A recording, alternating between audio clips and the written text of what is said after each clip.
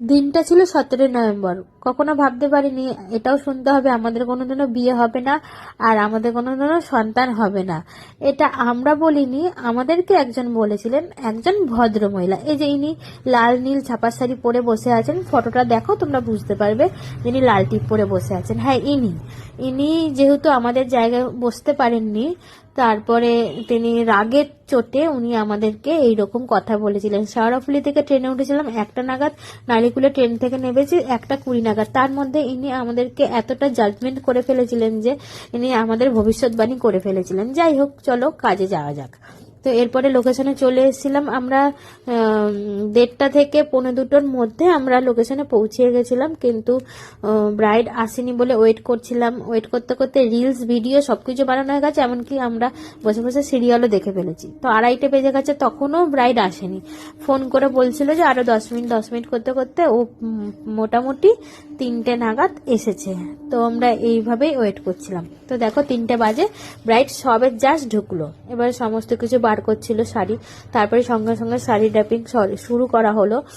তারপরে ওকে আমি বললাম যে তোমার চুলটার মধ্যে কি করেছো?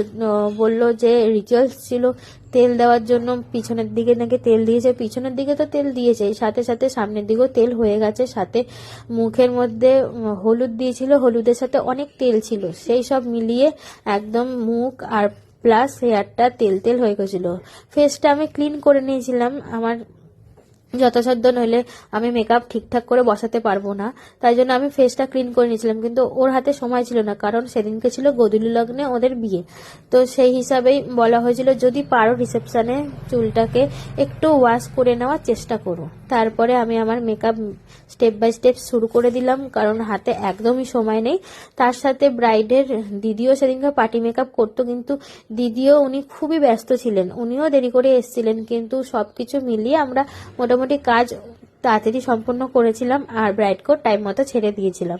তো দেখো সেখানেই মানে আমি কিভাবে করেছিলাম, তো সেরকমই ক্লিপ নেওয়া হয়েছে। মাঝে অনেক ক্লিপ নেওয়া হয়নি, কারণ আমরা সেদিনকে 2জন ছিলাম, তাই আমাদেরকেও তাড়াতাড়ি করে সমস্ত কাজটা কমপ্লিট করতে হচ্ছিল।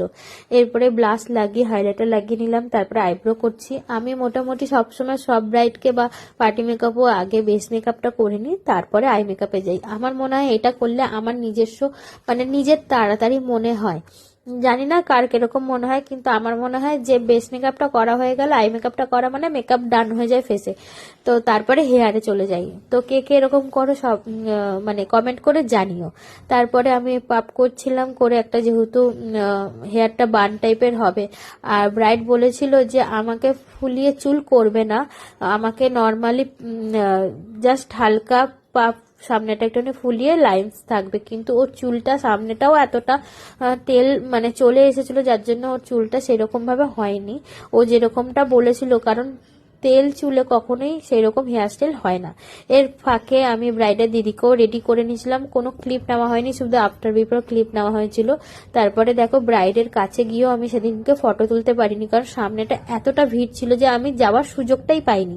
তারপরে ওকে ওখান থেকে নিয়ে গিয়ে বিয়েতে বসিয়ে দিয়েছিল। এরকম করতে করতে আমাদের একটু বলুক বউয়ের সাজটা কেমন হয়ে গেল। তারপরে ও এসেছিল আমাকে পেমেন্ট করতে, তখন আমি ওকে আবার জিজ্ঞেস করে দিয়েছিলাম ওর কেমন লেগেছে। তো এটা ছিল ওর সিঁদুরদানের পরে ফাইনাল লুক। খুব একটা বুঝতে পারবে না, কারণ অনেকটা দূরে ছিল। আর তারপরে ফাঁকা ট্রেন করে শুয়ে শুয়ে চলে এলাম। তো ফলো ফর মোর নেক্সট ভিডিওতে আবার দেখা।